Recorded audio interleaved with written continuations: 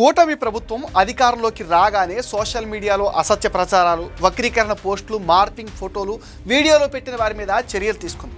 Arrest చేసి జైల్లో పెట్టింది. అప్పుడు చాలా వరకు ఈ సైకో బ్యాచ్ గాళ్ళు సైలెంట్ అయిపోయారు. గత నెల రోజులుగా ఈ బ్యాచ్ని మళ్ళీ రెచ్చిపోతున్నారు. తల్లికి వందనం డబ్బులు తల్లుల ఖాతాలో పడినప్పటి నుంచి వీళ్ళు యాక్టివ్ అయ్యారు. ప్రభుత్వానికి మంచి పేరు వచ్చే టైంలో ఫేక్ పోస్టులు కానీ వీడియోలు కానీ వైరల్ చేయటమే వీళ్ళ యాక్షన్ ప్లాన్. ఆగస్టు నెలలో అన్నదాత సుఖీభవ డబ్బులు వేయడం, పులివెందల ఒంటిమిట్టలో టీడీపీ గెలవడం, ఆగస్టు 15న మహిళలకు ఉచిత బస్సు పథకం ప్రారంభించడంతో ప్రభుత్వం పైన ప్రజల్లో మంచి సానుకూలత ఏర్పడింది. ఇది తట్టుకోలేని వైసీపీ సైకో రంగంలోకి దిగిపోయారు. గత కొద్ది రోజులుగా అసత్య ప్రచారాలు నోటి దురద ఎక్కువైపోయింది. అమరావతి మునిగిపోయిందని, విజయవాడ మునిగిపోతుందని, మహిళల ఉచిత బస్సు అంతా బోగస్ అని, ఇలా రకరకాల ప్రచారాలు వాళ్ళ యూట్యూబ్ ఛానల్స్, శాటిలైట్ ఛానల్స్ వాళ్ళు స్టార్ట్ చేశారు. అమరావతి మునిగిపోయిందని డిబేట్లు కూడా ఈ పేటీఎం ఛానల్స్లో పెట్టారు. సోమవారం చంద్రబాబు ఈ నకిలీ ప్రచారాల మీద సీరియస్ అయ్యారు. ఫేక్ ప్రచారాలు చేస్తున్న వాళ్ళందరి మీద కేసులు పెట్టమని ఆదేశాలు ఇచ్చారు. అంబటి రాంబాబు, సుమన్ టీవీ, సాక్షి టీవీల మీద, కొంతమంది యూట్యూబర్ల మీద ఆల్రెడీ కేసులు కూడా పెట్టారు. చంద్రబాబు ఇక ఎవరిని ఉపేక్షించాల్సిన అవసరం అయితే లేదు. చెత్త వాగుడు వాగిన వాళ్ళందరి మీద కేసులు పెట్టాలి. వాడెవడో తిరుపతిలో ప్రభుత్వ ఉద్యోగంట. ఆయన ఫేస్బుక్ అంతా ప్రభుత్వ వ్యతిరేక పోస్టులే.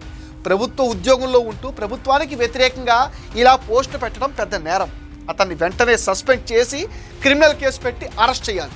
అప్పుడే భయం వేస్తుంది వీళ్ళకి. భయం అనేది లేకపోతే వీళ్ళు దారికి రారు. ఈ సైకో బ్యాచ్లకు ఎప్పుడో స్ట్రాంగ్ ట్రీట్మెంట్ ఇవ్వాల్సిందే. చంద్రబాబు ఎందుకో ఊరుకున్నారు.